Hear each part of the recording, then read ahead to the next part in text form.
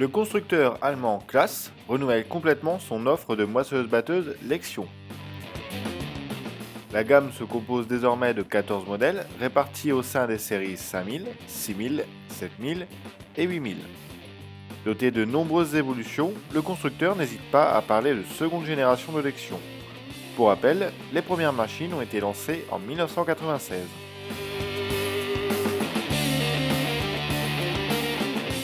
On commence avec les 7 machines à secoueur, soit 2 modèles de plus que la gamme actuelle. L'offre est établie entre les séries 5000 à 5 secoueurs, comprenant 3 modèles, et les 6000 à 6 secoueurs, intégrant 4 modèles. Les puissances oscillent entre 313 et 507 chevaux. Parmi les évolutions, le batteur passe de 600 à 755 mm de diamètre.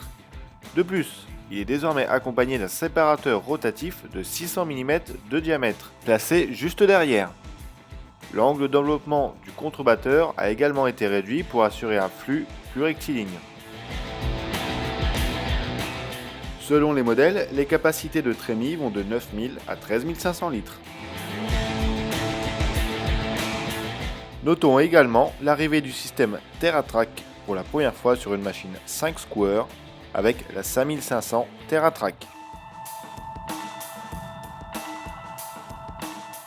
Concernant cette fois-ci l'offre de machines hybrides, elle est également complétée de 2 modèles pour atteindre 7 machines. Elle est aussi divisée en 2 parties avec d'un côté les 7000 dotés d'un batteur de 1420 mm de large et de l'autre les 8000 dotés d'un batteur de 1700 mm de large. Pour ces machines, les puissances commencent à 408 chevaux et culminent désormais à 790 chevaux. La plus grosse machine de l'offre, c'est-à-dire la 8900, devient donc la plus puissante du marché à ce jour.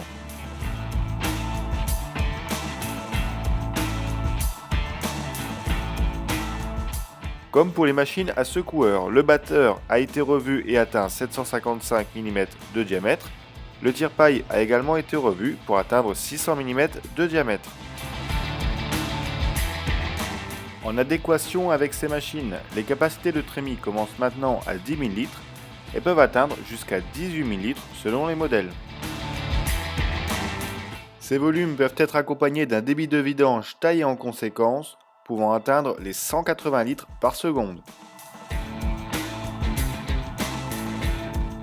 Pour ceux qui ne souhaiteraient pas franchir le cap des chenilles, les plus grosses machines hybrides peuvent être chaussées avec des pneumatiques de 2,15 m à l'avant et 1,75 m à l'arrière. L'ensemble de la gamme se dote d'un nouvel intérieur de cabine. Celui-ci reprend ce que l'on avait pu voir sur les derniers modèles de Tucano, avec un accoudoir revu et simplifié, mais surtout le terminal CBIS qui devient tactile, proposant ainsi une nouvelle ergonomie pour les réglages de la machine.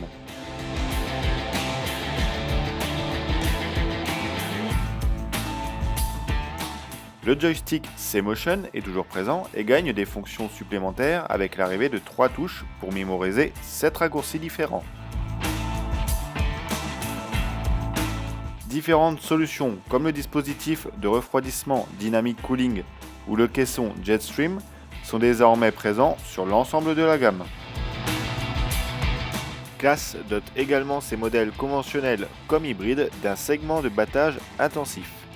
Placé au début du contrebatteur, il s'active depuis le terminal.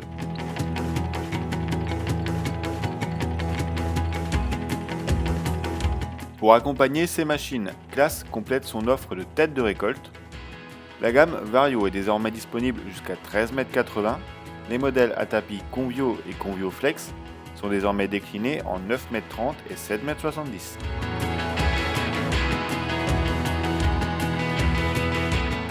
Pour le pilotage de ces machines, Claas propose une solution plus accessible que l'autoguidage par GPS avec le dispositif Field Scanner.